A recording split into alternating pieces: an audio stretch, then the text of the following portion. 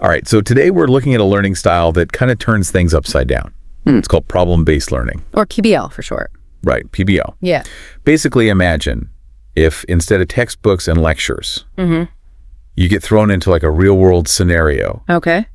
And you have to use your knowledge to find solutions. Interesting. You know, it's... So you're really applying. Yeah, it's learning by doing, but like on a whole other level. It is. It really is. I like that. And that's a great way to put it, actually. Oh, good. Yeah. Problem-based learning really is all about active learning. Okay. You know, you're not just sitting there passively absorbing information. You're like a detective. I like that. You're an innovator. You're a problem solver. That's cool. Yeah. So, okay, so it's not just like sitting in a classroom memorizing facts and figures. Right. It's about actually applying what, you know, to situations you might encounter in real life. Exactly. But how does that actually work? Oh, wow. What are the steps to become a detective? Yeah, well, think of it as a 7-step process. Okay, 7 steps. Yeah. All right, I'm intrigued. Lay it on me. So let's say you've got a problem you need to solve. Okay. This could be anything from designing like a sustainable city Right. to maybe figuring out how to prevent a disease from spreading. Gotcha. The first step is to clarify any terms or concepts that you might not be familiar with. Okay. Like, you know, before you build a house, Oh. you want to make sure everyone's speaking the same language. Right, yeah, make sure you're on the same page. Exactly. So essentially, you can't solve a problem if you don't understand like the basic vocabulary of what you're dealing with. That's a great way to put it. Okay, so what's next? So next you need to like clearly define the problem. You know, what are you actually trying to solve? Right. What are the key factors that are involved? I see. So this step is super important because it forces you to think critically Okay. and not just jump to the first solution that comes to mind. So it's like no jumping to conclusions. You got to really understand what's at the core of the problem. Yeah. And, you know, Okay. experienced PBL facilitators will often use things like virtual reality simulations Oh, wow. to really help deepen that problem-solving experience. So like high tech? Yeah. That's very cool. So imagine like diagnosing a virtual patient Oh, cool. or designing a sustainable city using like a 3D model. Wow. So it's not just like throwing ideas around. Right. It's about using technology to like explore those ideas. Exactly. That's amazing. Yeah. Okay, so we've brainstormed, we've thrown some ideas around, we've got all these potential solutions. What happens next? Okay, well, next you have to kind of organize and form hypotheses. Okay. You've got to sift through all those ideas and pick out the most promising leads. I see. So you're kind of moving from that creative stage to a more analytical stage. Okay, so you're saying it's about how do you know which ideas are even worth pursuing further? Well, you look at the problem that you defined and all the information that you have, and you choose the ideas that seem like they're most likely to help you find a solution. I see. You know, so it takes critical thinking, and that's a skill Right. that's valuable far beyond the classroom. Absolutely. Once you have some solid hypotheses, Okay. you need to figure out what you need to learn to test them. Okay, so you're basically creating a research plan. Yeah. Like what are the knowledge gaps that you need to fill Right. in order to solve this problem? Yeah, so that's step 5. Okay. Setting learning objectives. Okay. So this is where you identify what specific information or skills you need to acquire. So you're essentially figuring out what you don't know, which is just as important as knowing what you do know. Absolutely. Interesting. Once you know what you need to learn, Okay. it's time to roll up your sleeves and dive into independent research. Okay. You become a knowledge detective, Oh. you know, seeking information from various sources to support those hypotheses. So it's like you're gathering evidence. Okay, so what kind of resources are we talking about? It could be anything, books, articles, online databases, Okay. even interviews with experts. Oh, wow. The key is to be resourceful Yeah. and thorough in your investigation. So you're not just passively absorbing information. Yeah. You're actively seeking it out. Right. Okay. And then evaluating whether it's useful. Exactly. And then what is the final step in this whole process? So the final step is to synthesize and present your solutions. Okay. This is where you bring it all together, Right. your research, your analysis, your creative ideas, and you present it in a clear and concise way. Okay, so this is like the grand finale It is. where you get to reveal your solution. Exactly. I like it. Yeah. Okay, so I'm starting to see how this PBL thing works. Yeah. But like, how would someone actually implement this Right. in a real world setting? Well, one of the key elements of implementing PBL is to use what are called trigger materials. Trigger materials. Yeah. What are those? So these are resources that kind of spark curiosity, Okay. and they provide a starting point Gotcha. for the problem-solving process. Okay, so give me an example. What would be a trigger material? So it could be something like a compelling case study, Okay. a thought-provoking news article, or even a simulation Interesting. that puts you right in the middle of the action. So you're setting the stage Right. for like this big intellectual adventure. Yeah. And like drawing people in with a captivating hook. Exactly. Instead of just like, okay, open your textbook to page 12. Right. Yeah, okay. I like that. A lot more engaging. Yeah. So, but how do you make sure that like everyone is involved Right. and like contributing to this problem-solving process? Well, that's where cooperative learning comes in. Cooperative learning. Okay, so I know PBL a lot of times involves working in groups, It does. right? Yeah. So tell me about cooperative learning. So cooperative learning is a vital part of PBL, Okay. and there are a lot of benefits to this approach. Like what? Well, it's not just about finding the right answer. Right. It's about learning how to work effectively with others to achieve a common goal. Okay. So it's not just about individual brilliance. Yeah. It's about the collective wisdom and creativity I like that. of the group. So everyone brings their own unique perspective. Exactly. And when you work with others, Yeah. you're exposed to different perspectives and approaches, which can lead to more creative and well-rounded solutions. Okay, so you're saying that it's not just about like finding the right answer. Right. It's about learning how to work together, Exactly. which is a skill that you need, Absolutely. regardless of what you do in life. It's essential for success in any field. Okay, so what you're saying is PBL isn't just about learning a specific subject. No. It's about developing those core skills Right. that are going to benefit you, regardless of what path you take in life. Absolutely. But I'm wondering about the teachers. Yeah. What is their role in all this? That's a great observation. Seems like a pretty big shift from like the traditional, It is. stand at the front of the classroom and lecture. It is a big shift, yeah. So what do teachers do in a PBL environment?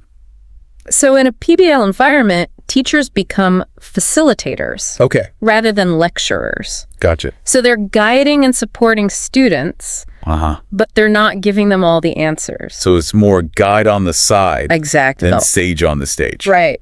I like that. Yeah. But that seems like a pretty demanding role for teachers. It can be challenging, Yeah. but it's also incredibly rewarding. In what way? Well, because they get to witness their students Okay. transform into these active learners, problem solvers, critical thinkers. Gotcha. They see them take ownership of their learning Yeah. and develop those skills that will serve them well beyond the classroom. I could see how that would be rewarding. Yeah. I bet those are some pretty amazing aha moments. When the students figure it out. Absolutely. And they're like, wow, I did that. Yeah, exactly.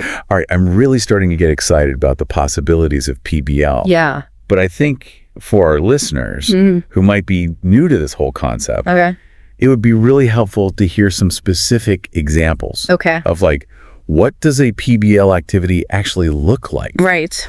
To really showcase like what you can do with this. Absolutely. Let's start with an example that taps into the spirit of adventure. Ooh, adventure. I like it. So imagine a group of students. Okay, They're tasked with investigating a historical sea voyage. cool. Okay. And they're given a problem to solve, All right. like figuring out the best route to sail from one point to another, Okay, considering things like wind patterns, ocean currents, I see. potential hazards. So it's like a real life treasure hunt? Exactly. Yeah. They'd have to do research, analyze maps, consider the challenges faced by sailors in the past, and use their problem-solving skills to come up with a solution. Wow, that sounds like a much more fun way to learn about history It is. than just like reading about it in a textbook. Right. They're becoming historians. Yeah, exactly. Yeah. Okay, give me another example. Okay, let's shift gears to urban planning. Okay. Imagine a group of students presented with a problem that's affecting their own community, Like what? like maybe traffic congestion Okay. or lack of green space. Gotcha. So their challenge is to research the issue, interview community members, Okay. brainstorm solutions, and ultimately present their ideas to city officials. So they're like becoming little mini urban planners. Exactly. That's cool. They're not just learning about urban planning Yeah. in theory. They're actually trying to make a difference. Right. That's amazing. Yeah, and that's the beauty of PBL. Yeah. It's not just about acquiring knowledge. It's about applying that knowledge Right. to real world situations. Yeah, and seeing how you can have an impact. Okay, I'm loving these examples. Yeah. Give me another one. Okay, how about a science-focused activity? Okay. Students designing habitats for zoo animals. Ooh. Okay, so they'd have to research the animals' natural environments, Yeah. consider their needs, and combine scientific knowledge Yeah. with design thinking Okay. to create a habitat that promotes animal welfare Cool. and visitor engagement. So it's like they're not just memorizing facts about animals. Right. They're using those facts Like to this. design a solution. That's awesome. Yeah, it's a great way to blend different disciplines and encourage students to think creatively and critically. Yep. What else you got? Okay, for a math-themed challenge, Right. we could have students become code breakers. Ooh, I like that. So they're given a message to decrypt. They use their math skills Okay. to crack the code. That sounds very cool. Yeah, and then to take it to the next level, Yeah. they could even create their own codes, Oh, wow. Putting their cryptography knowledge to the test. like their little spy. Exactly. I love it. Yeah. What other real-world challenges could we turn into these PBL adventures? Here's an interesting one. Imagine students stepping into the role of financial advisors. Okay. Okay, tasked with making decisions about community investments. All right. So they'd have to research different investment options, analyze potential risks and rewards, consider the long-term impact of their choices on the community. So it's teaching them about responsible decision-making. Exactly. Okay. And the impact that their choices can have Yeah. on others. It's not just about money. Right. It's about understanding, like, that bigger picture. Yeah, exactly. And that's what PBL is all about. Yeah. You know, it's not just about acquiring knowledge. It's about applying it Right. to real-world situations. Okay. I think we've covered a lot of ground. We have. We talked about what PBL is, how it works, how to implement it, Yeah. the benefits of cooperative learning, the role of teachers. And we even brainstormed some really cool examples. We did. But before we move on, I want to make sure we're all on the same page. Okay. About those 7 steps of PBL. Right. Can you just like quickly run through them again? Sure. Just to like solidify our understanding? Yeah. It all starts with clarifying terms. Okay. Make sure everyone understands the vocabulary. Uh-huh. Then you define the problem. Really hone in on what needs to be solved. Okay. From there, you brainstorm creative solutions. Yeah. Don't be afraid to think outside the box. Okay. Then you organize and evaluate those ideas. Uh-huh. Form hypotheses. Okay. Next, figure out what you need to learn to test those hypotheses. Yeah. Then it's time to dive into independent research, Right. gather information, and finally, you bring it all together. Okay. Present your solutions in a clear and compelling way. Okay. I think we've got those 7 steps down. Good. But I'm curious about something else. So we talked about the benefits of cooperative learning. But what are some like specific strategies or techniques that can really enhance collaboration in a PBL setting? Okay. How do you make sure that everyone is participating Right. and contributing their unique talents and perspectives? That is a great question, and we will dive into that right after the break. Sounds good. Yeah. Okay.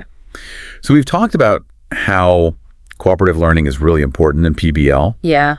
but how do we make sure that these groups are actually like functioning effectively? Right. You know, it's really easy for one person to dominate the conversation. Yeah. Or for someone to feel kind of lost in the shuffle. Right. So how do you, as a facilitator, prevent that from happening? That's a really important point. Yeah. It's not enough to just throw people into groups and expect them to work together magically. Right. You really need to create a structure that encourages participation. Okay. And make sure everyone feels valued. One simple but really effective strategy is to assign roles within the group. Okay. I like that. Yeah. So instead of like everyone trying to do everything, Right. each person has a specific focus Yeah. and they can really leverage their strengths. Exactly. What kind of roles are we talking about? It really depends on the project Okay. and the size of the group. Uh-huh. But some common roles include Okay. a researcher, a note taker, Okay. a timekeeper, I see. a presenter, Yeah. and even like a devil's advocate.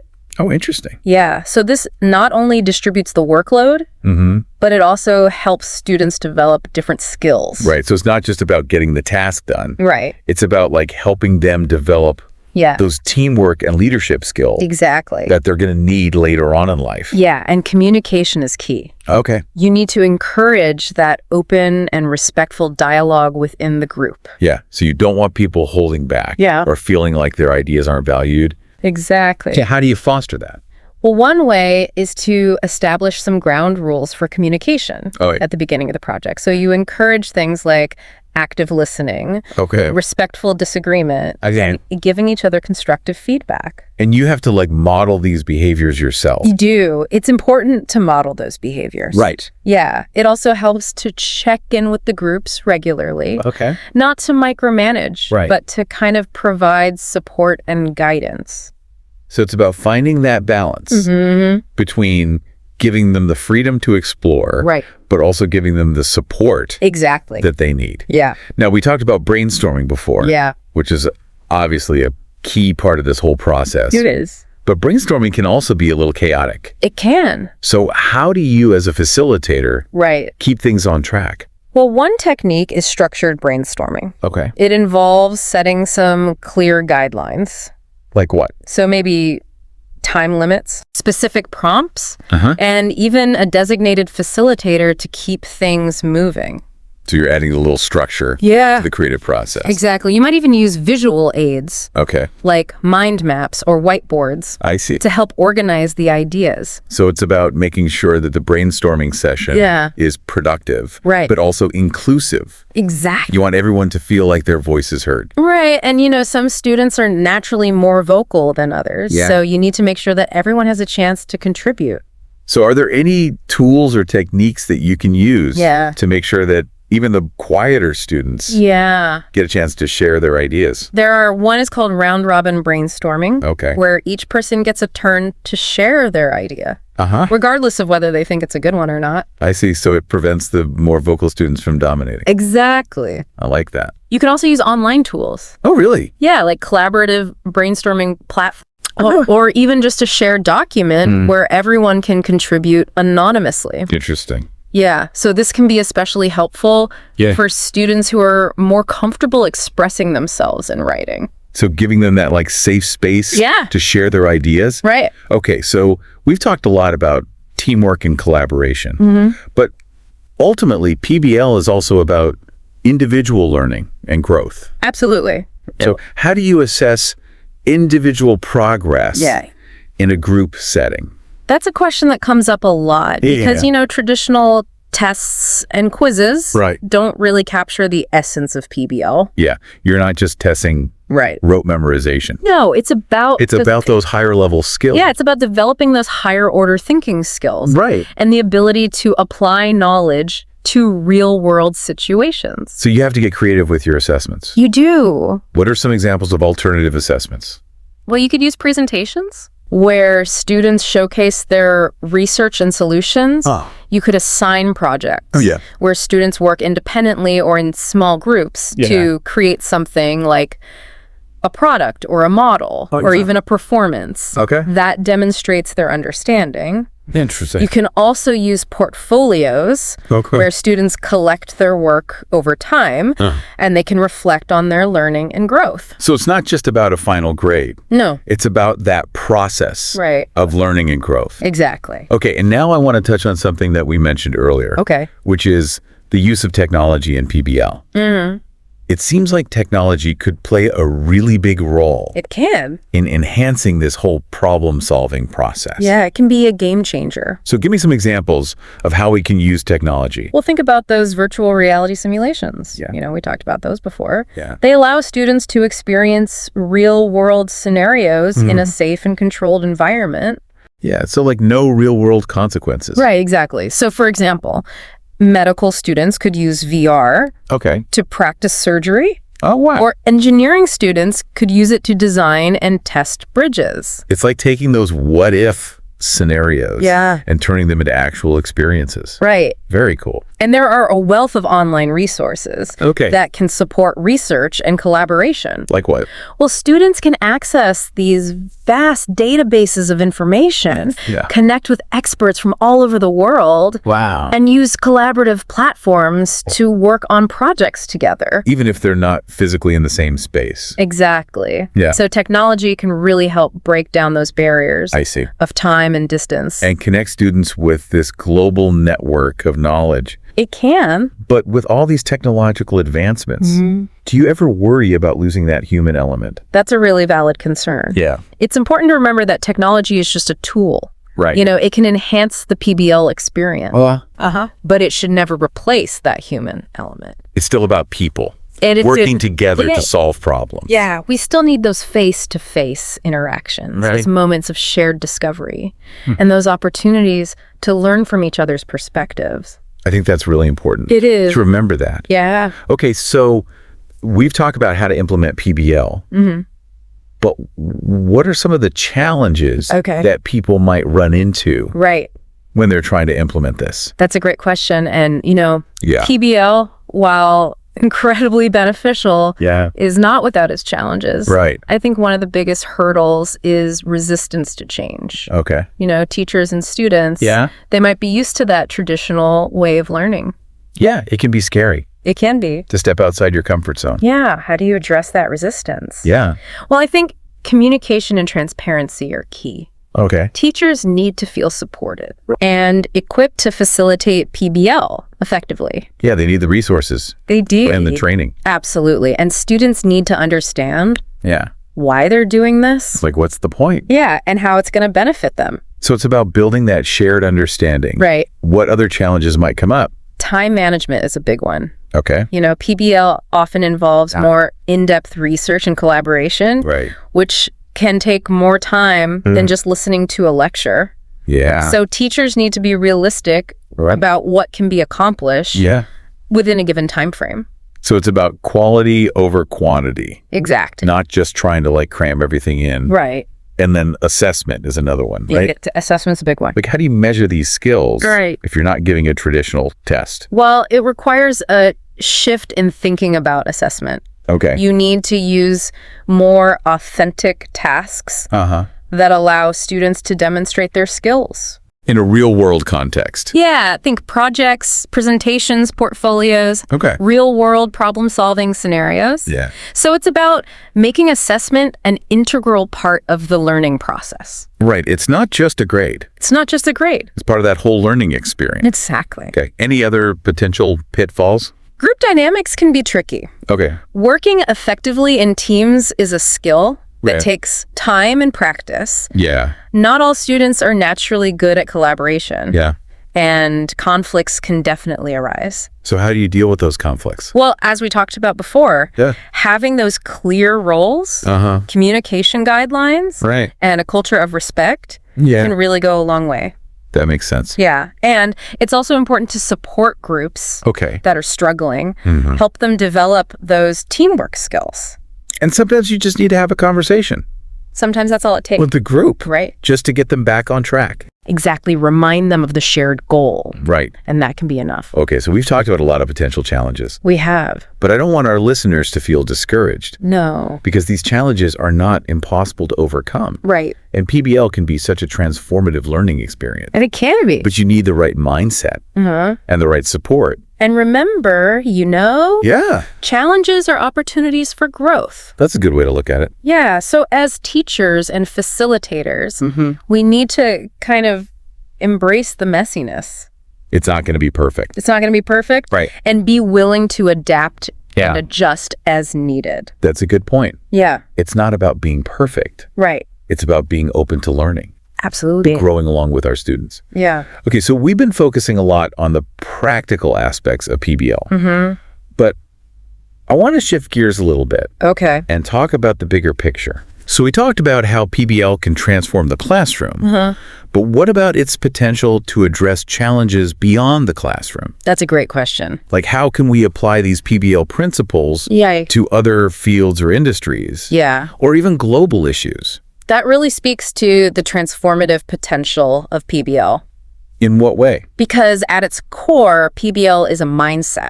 Okay. It's a way of approaching challenges with curiosity, creativity, and a determination to find solutions. And that's something that you can apply to anything. You can apply that to anything. Any aspect of your life. Absolutely. So give me some examples of how we could use this PBL mindset. Okay, let's take healthcare. Okay. Imagine a team of doctors, nurses, other healthcare professionals using PBL principles to tackle a complex medical case. I see. They could collaborate to gather information, analyze symptoms, brainstorm potential diagnoses, and develop a comprehensive treatment plan. So it's not just about one doctor making all the decisions. Right. It's a team approach. And it's more patient-centered. Exactly. What other fields could we apply this to? Well, let's think about the business world. Okay. Imagine a company that's facing like a decline in sales or a shift in market trends. Right. Instead of panicking or resorting to like those outdated strategies, they could use PBL principles to analyze the problem, identify the root causes, and develop some innovative solutions. So they're being proactive. Yeah. They're adapting to the changing world. I got the key. What about social challenges? Like poverty or inequality? Oh, absolutely. Or climate change. Imagine a community facing those kinds of issues. They could use PBL to organize, mobilize, and create solutions. So they're not just victims of circumstance. They're empowered. They're taking action. Exactly. That's powerful. But how do we get more people to think this way? That's a great question. PBL is still not that common. It's not as common as it should be. So how do we get the word out? I think it starts with education. Okay. We need to expose more students, teachers, community leaders to the power of PBL. Right. Like, show them what it can do. Yeah, share those success stories. Yeah. Show them how it's transforming lives and communities. So it's about raising awareness and building a movement. Exactly. Oh, so let's bring it back to our listeners who are probably thinking, okay, this sounds great. Yeah. But how can I use this in my own life or in my own work? Start small. Okay. You don't have to overhaul your entire life overnight. Right. Pick one challenge, one area where you're feeling stuck, and approach it through that lens of PBL. I see. Define the problem, brainstorm solutions. Seek out knowledge. Collaborate with others. And just see what happens. So just take that first step. Right. And don't be afraid to experiment. Exactly. And remember, PBL is a journey. Not a destination. Not a destination. Yeah, there will be bumps along the way. Yeah, of course. You know, mistakes will be made. Everyone makes mistakes. Yeah, it's all part of the process. It's how we learn. Embrace those challenges. Celebrate those successes. And never stop asking questions.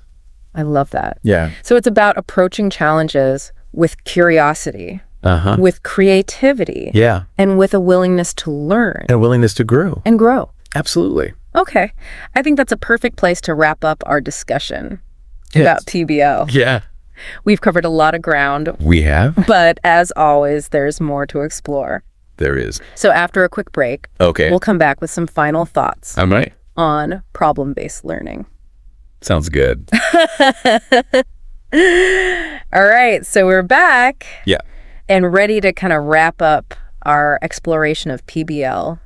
I feel like it's been a really interesting conversation. It has. We've gone from like the really practical aspects to like the big picture stuff. Yeah. Thinking about how PBL can impact like the whole world. Absolutely. And I think we've really shown how powerful PBL can be. Yeah. For like critical thinking, collaboration, creativity. Yeah, we've talked about how PBL can really help you become like an active learner. You know, taking charge of your own education. Right. And then applying what you learn to real life challenges. Absolutely. And we talked about the importance of working in teams. Yeah. You know, how that can help with problem solving, but also just like developing those communication skills. Right. Because you got to learn how to work with other people. You do. Which is so important. Absolutely. No matter what you do in life. No matter what you do.